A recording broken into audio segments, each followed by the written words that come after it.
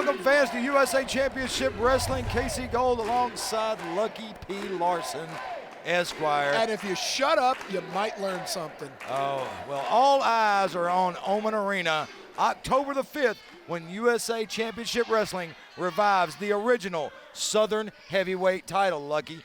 And that is sponsored by the law offices of Jay Johnson for October the 5th at Oman Arena. You can get tickets on sale at Eventbrite and the Civic Center box office here in Jackson. But right now, we're going to throw it right over to Bert Prentice. With me now, the new USA Heavyweight Tag Team Champions, and they're with the Human Tomato, Jason Prentice. The Diamond Exchange, you're missing somebody, aren't you? We're not missing nothing. We got a little bit of extra, if you can't tell. We got gold around our waist, Bert Prentice. I'm talking about Timmy and Mike. Timmy and Mike? Listen, we're not worried about those two. Oh, hey, whoa. There they are. Whoa. Hey, guys. Listen. Your services, we don't need your services anymore. We did what we did by ourselves and with the greatest manager in the world. Wait a minute, you're firing them and hiring the Human Tomato? They were fired last night after we left Centerville, Tennessee. Okay, so you don't work here no more, I guess. So what we're trying to say is we wish you the best in your future endeavors. Bye-bye. Bye-bye. Bye-bye. See ya. Bye, ladies. Go work on your golf. well, I guess that's the end of Timmy Diamond and Diamond Mike. Now, we have an issue here. The Star Twins want a rematch. The Star Twins are always wanting a handout. So you know what? If the Star Twins want it, they can get it if they earn it. Well, you're in the one-night tournament. You're in a singles competition against Matt Starr at Oman Arena the 5th. Who knows what the tomato is going to do? Maybe we'll throw in a pot of vegetable stew. We'll be right back after this word. With me now, the Loverboy, Matt Riviera. You know you've been gone for a little bit. I get a postcard you're in France. I get a postcard you're in Great Britain. I get a postcard you're in Hawaii. Doing a little traveling? Maybe Arkansas a little bit too? Bert Prentice, first things first, it's not any of your damn business where the Loverboy's been. It's not any of these people's business where the Loverboy's been. I can tell you one place that I haven't been, and that's right here in Tennessee with all these water buffalo looking women.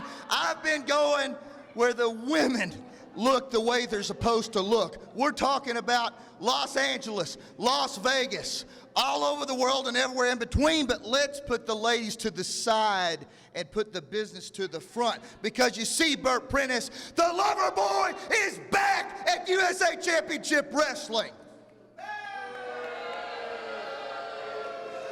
And I will not stop until I am the undisputed USA Heavyweight Champion. And when I win that championship, I'm getting the hell out of Tennessee, and I'm taking that belt back to Arkansas for good. Well, you know, there's a big card coming up at Oman Arena on Saturday night, October 5th. A big one-night tournament. We're bringing back the original Southern Heavyweight title. Well, Bert Prentice, you and I both know that the Loverboy's not in the tournament, and there's a reason why. It's your...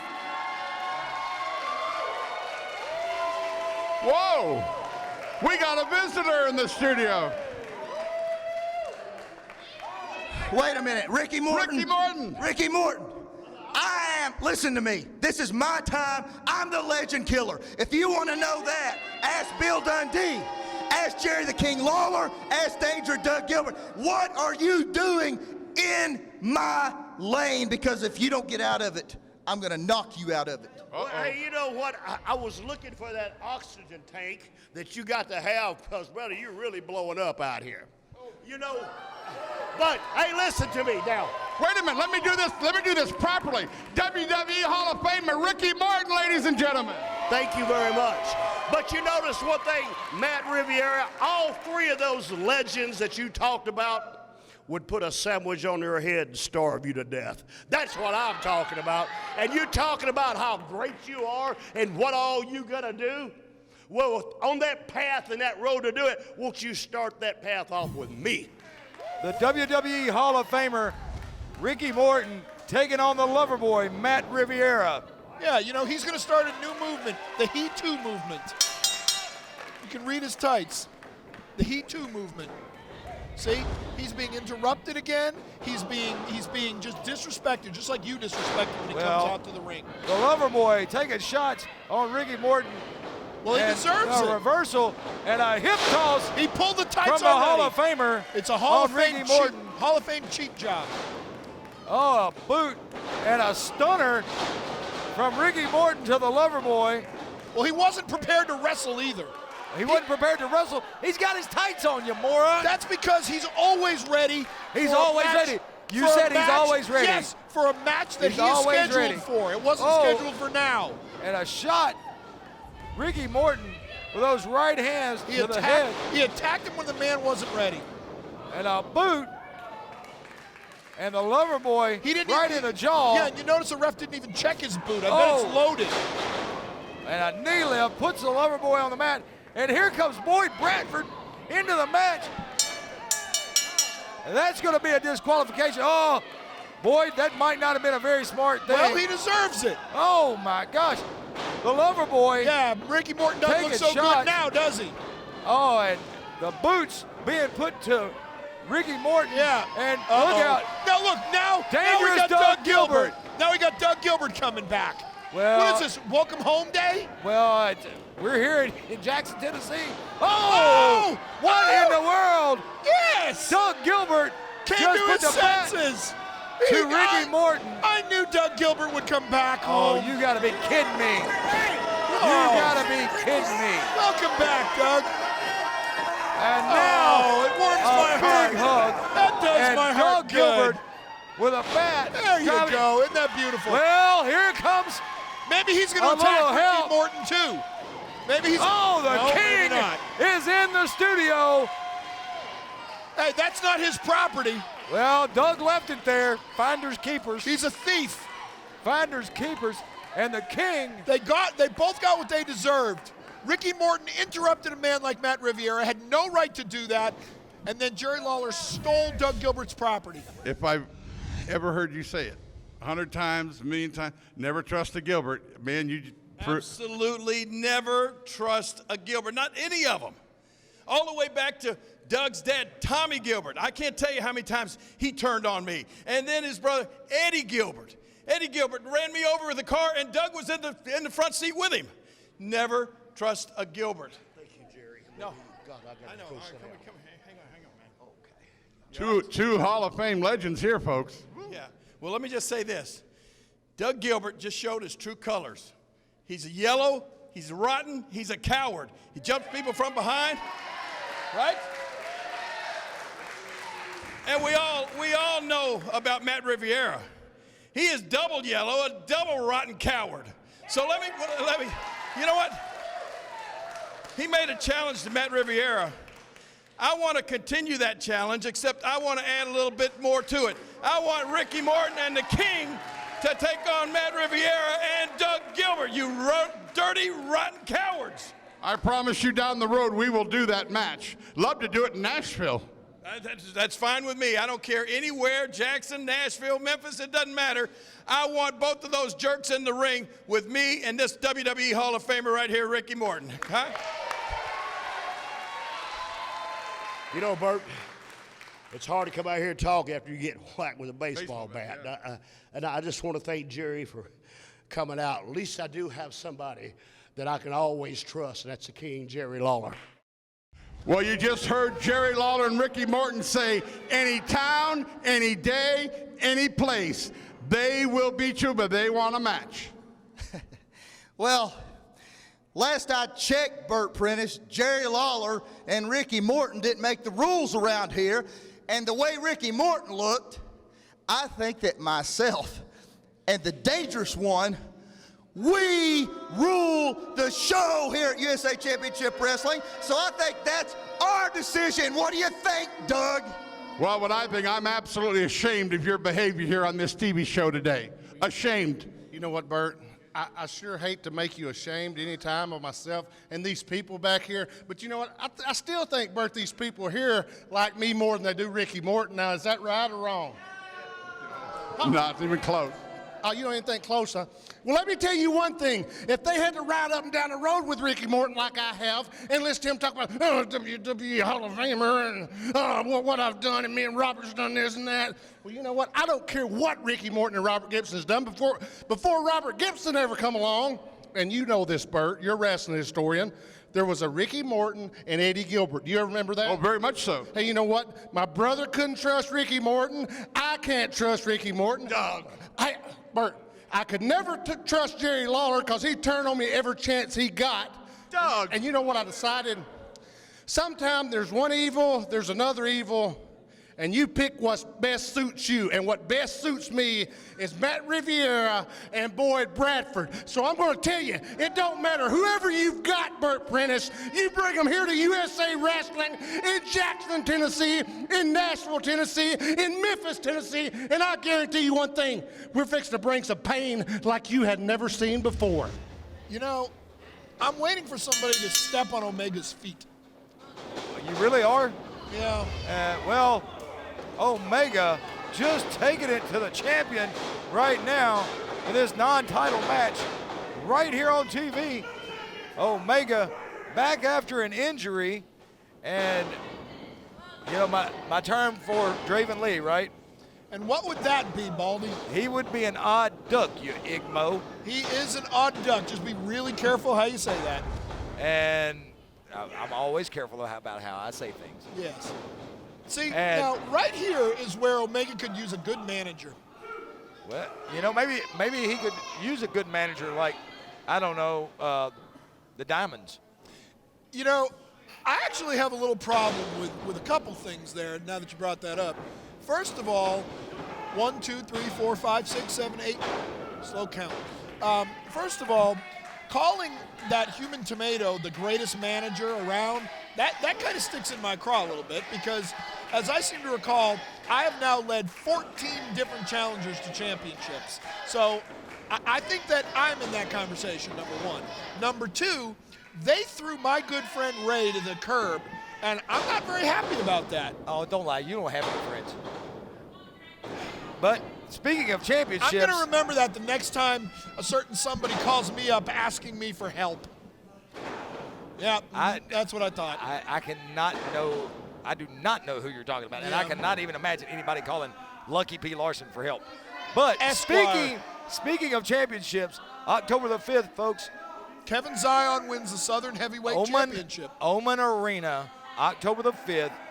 USA Championship Wrestling revives the original Southern Heavyweight title. That's right. In a one-night tournament. And my good friend, lawyer Jay Johnson, is producing and promoting this show and sponsoring this show and helping this show. And I'll tell you this much, he's going to be standing there ringside when Lucky P. Larson Esquire and Kevin Zion drink champagne and celebrate his new title win.